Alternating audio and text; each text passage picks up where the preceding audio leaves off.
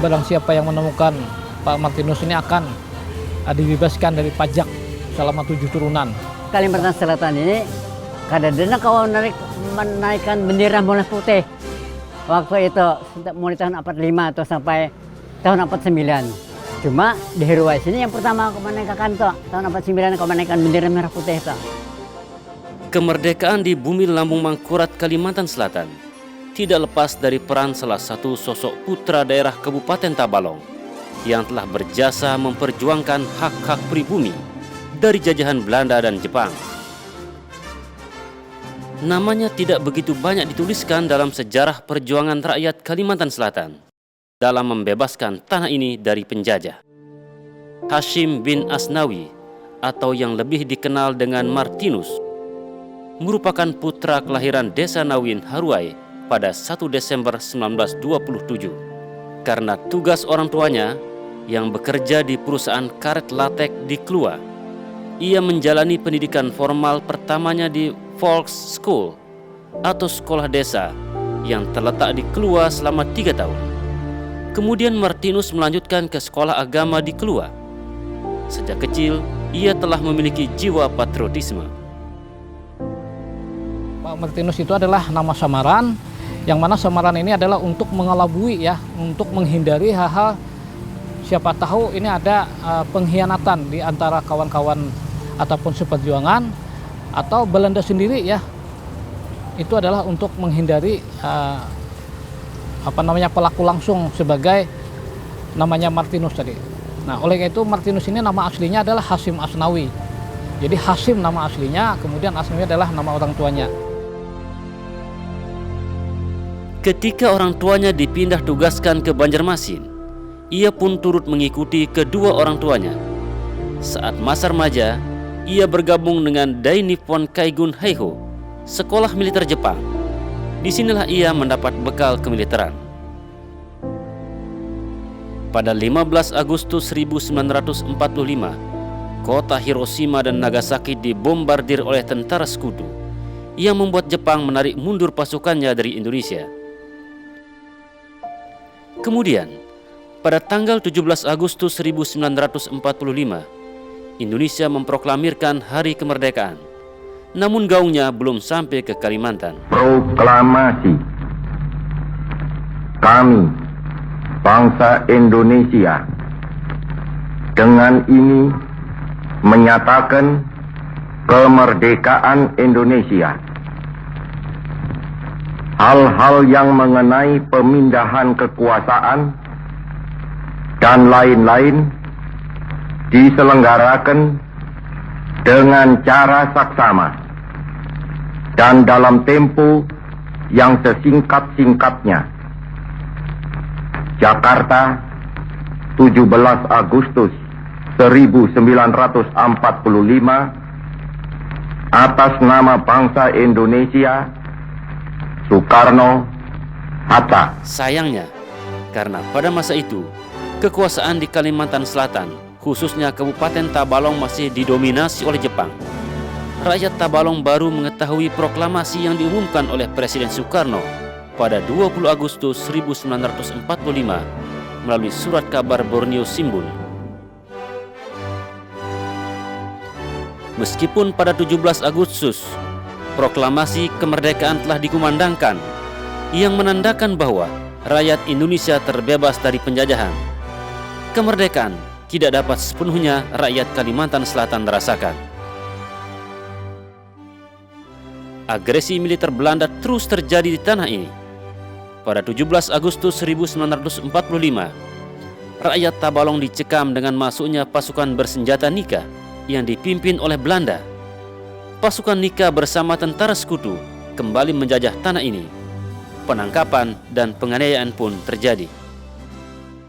Setelah 17 Agustus 1945, Martinus dan kawan seangkatannya di Kaigun Heiho seperti Badri, Mursid, Abdul Sani, Pangeran Suryanata, Solo dan lainnya membuat gerakan Indonesia Merdeka di Banjarmasin untuk berjuang melawan Belanda. Membentuk kesatuan perjuangan yang disebut pada waktu itu adalah Gerakan Indonesia Merdeka atau GIM. Nah, Di Tabalong kita kenal ketua GIM-nya ini adalah Bapak Haji As'ad ya. Itu bapaknya Pak Haji Iriani ya, Pak Haji Iriani As'ad. Itu adalah wakil atau tokoh yang ada di Tabalong yang mempertahankan demarkasi Kota Tanjung ini dari serangan-serangan Belanda. Nah, baik itu termasuk juga kakeknya Abdul Muthalib ya, yang bernama adalah Idar Tamim. Kemudian juga ada pamannya yang bernama Surkati ya, selaku Pak itu adalah tentara pejuang Kalimantan. Nah, dialah yang kemudian membentuk demarkasi pertahanan di Kota Tanjung ini. Namun organisasi ini tidak berlangsung lama karena adanya pengkhianatan dari saudara Solo yang juga ternyata sebagai kaki tangan Belanda. Pada akhirnya, gerakan ini bubar dan Belanda melalui mata-matanya Solo terus mencari keberadaan Martinus. Tetapi Martinus memilih meninggalkan Kalimantan pada tahun 1946 dan menuju Gresik, Jawa Timur untuk bergabung dengan Badan Perjuangan di Jawa. Pada tahun 1947, Martinus dipanggil pulang ke Kalimantan oleh Hasan Basri untuk berjuang di bumi Lambung Mangkurat. Namun kepulangannya diketahui oleh Solo, kaki tangan Belanda. Dan akhirnya Martinus memutuskan bersembunyi menuju Hayup dan bekerja sebagai tukang di perkebunan karet Ondernaming Hayup. Kedatangannya pun disambut baik oleh kawan-kawan seperjuangan. Nah, disinilah Martinus itu pulang ke Hayup ya, bekerja sebagai tukang ya, tukang kayu, pekerja di Ondernaming Hayup. Nah, jadi disitulah Pak Martinus pulang, disambut baik oleh kawan-kawan gerilya di sana, seperti misalnya Bang Hairullah, kemudian Pak Ahmad ya, Ahmad Arbih, Wahab, Sutandang, Habib Abdul Razak, kemudian lagi Sanus Sahdan dan lain-lain. Ini adalah pejuang-pejuang yang berdiam ataupun di pendalaman, waktu itu disebut dengan Duyun. Desa Hayup yang saat itu berpusat di kota Haruai merupakan wilayah yang aktivitas masyarakatnya cukup tinggi. Di penghujung tahun 1948, Haruai masih dikuasai oleh Belanda. Tepat di pertigaan Pasar Haruai, didirikan Pesanggerahan Belanda yang saat ini menjadi Polsek Haruai dan pos penjagaan Belanda yang saat ini menjadi Madrasah Aliyah, serta KIP atau pos yang terletak di Pasar Lama Haruai yang pada saat itu digunakan Belanda untuk mengawasi aktivitas rakyat. Martinus yang saat itu berusia 21 tahun bekerja sebagai tukang di perkebunan Ondernaming Hayup bersama Ahmad Arbih, Bung Haitullah, Wahab, Tandang, Syahdan dan kawan-kawan.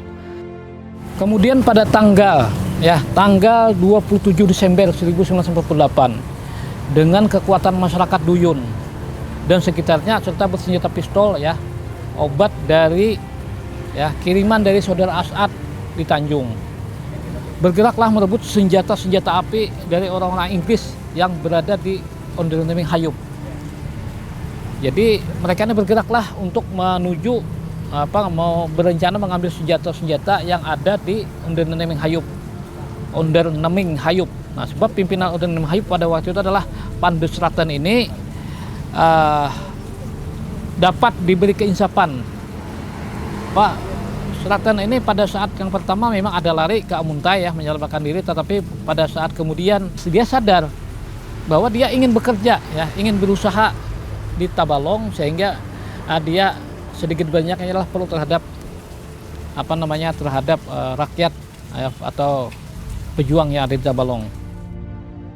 Sehingga didapatilah 3 pucuk senjata api dan 2 pucuk karabin Bowman dari perkebunan Ondernaming Hayup yang diserahkan tanpa perlawanan. Desember 1948, Martinus menjadi orang yang dicari-cari Belanda. Nah, oleh Belanda si Martinus ini dicari sebagai DPO atau diwanted oleh Belanda. Barang siapa yang menemukan Pak Martinus ini akan dibebaskan dari pajak selama 7 turunan. Bahkan akan dipekerjakan sebagai asisten dari Pansraten yang pada saat itu adalah pimpinan perusahaan yang ada di Hayub. Imbalan hadiah yang dijanjikan Belanda membuat Solo membabi buta mengejar Martinus dan kawan-kawan. Ia mendapat kabar bahwa Martinus telah kembali ke Haruai. Solo dan tentara Belanda pun mengejar Martinus beserta pasukannya. Mengetahui hal itu, pasukan yang dipimpin Martinus pergi ke daerah Tanjung Tengah, ke rumah Ashari dan Haji Asad untuk membicarakan tempat persembunyiannya yang paling aman bagi pasukan gerilyawan. Nah, mereka ini mendapat sambutan yang cukup positif atau antusias di masyarakat dari masyarakat setempat, ya. Jadi pada malamnya rapat. Nah, untuk sementara katanya yang paling aman itu adalah berdiam di Gunung Sialing. Pasukan Belanda tidak menduga bahwa Gunung Sialing menjadi persembunyian para gerilya. Pada saat itu, area gunung ini tidak terlihat oleh Belanda sebagai tempat persembunyian. Selasa, 28 Desember 1948, diterima surat yang menyatakan bahwa seluruh Badan Kesatuan Perjuangan telah resmi memakai nama Angkatan Laut Republik Indonesia atau ALRI, Divisi 4A Pertahanan Kalimantan. Ini X-17 ALRI Divisi 4. Nah, di sini. Kalimantan. Nah, X-17 Divisi 4 Kalimantan. ALRI Divisi 4. Ini Angkatan Laut waktu banyak kan gue tanya nang sembunyi-sembunyi Tuhan. Tapi kada waktu sudah nang resmi nang tuh hanya keluaran orangnya ada. Dan mulai 1 Januari 1949, serentak pada hari itu, semua pasukan bersenjata melakukan aksi perjuangan melawan pemerintah Belanda di Kalimantan. Sabtu, 1 Januari 1949, Martinus bersama rekan seperjuangannya, Bung Fardi, Itap, Johan, Tarsat, Dahlius, Masrani, Ramli, Haji Asli, Haji Sulaiman memimpin pasukan sebanyak 200 orang dari Kampung Duyun, Bintang Arah, dan Mahe yang bersenjatakan 5 pucuk senjata api, parang, mandau, dan tombak menyerang pos polisi dan militer Belanda di Haruai. Serangan tersebut tidak mendapat perlawanan dari Belanda karena pos polisi dan pesanggerahan Belanda yang terdapat di Haruai sudah lebih dulu ditinggalkan oleh pasukan Belanda. Nah, mereka ini pada saat itu sebagai mempertahankan kota Haruai, dia tidak lepas daripada para pengkhianat, ya, para pengkhianat yang ada di sekitar kota Haruai, sehingga tentara militer Belanda ini sudah lari tunggang langgang sebelum diserang oleh pasukan Martinus. Martinus bersama pasukannya berhasil menguasai kota Haruai. Kekuasaan kota Haruai akhirnya diserahkan kepada pejuang Ali Kurdi. Untuk memimpin Haruai, Ali Kurdi menyerahkan 1 buah senapan Lee Enfield, 1 buah pistol, dan sejumlah peluru milik tentara Belanda yang tertinggal di pos penjagaan tentara Belanda. Dan untuk pertama kalinya, bendera merah putih dapat dinaikkan di kota Haruai oleh Cuairin dan diumumkan kepada khalayak sampai ke Bongkang, Mahe, dan Murawiyah telah dibebaskan untuk mengibarkan bendera merah putih. Kalimantan Selatan ini kadang-kadang kalau menaikkan bendera merah putih. Waktu itu mulai tahun 45 atau sampai tahun 49. Cuma di Haruai sini yang pertama aku menaikkan tuh tahun 49 aku menaikkan bendera merah putih itu. Waktu di seluruh Kalimantan ini kadang-kadang kau menaikkan, sebab di kursi gubernurnya sudah orang Belanda, pemerintahannya pemerintah Belanda nikah.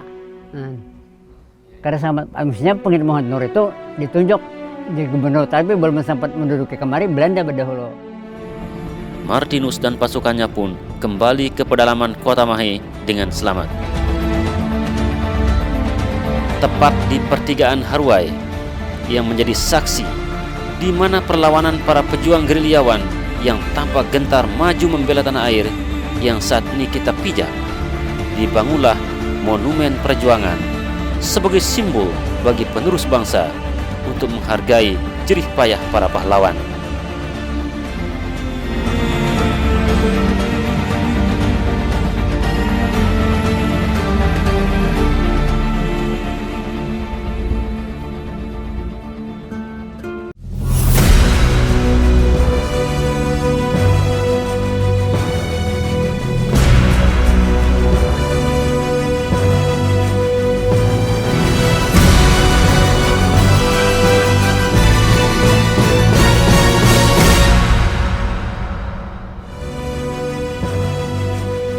di situ diumumkan artinya hendak menyerang ke Tanjung.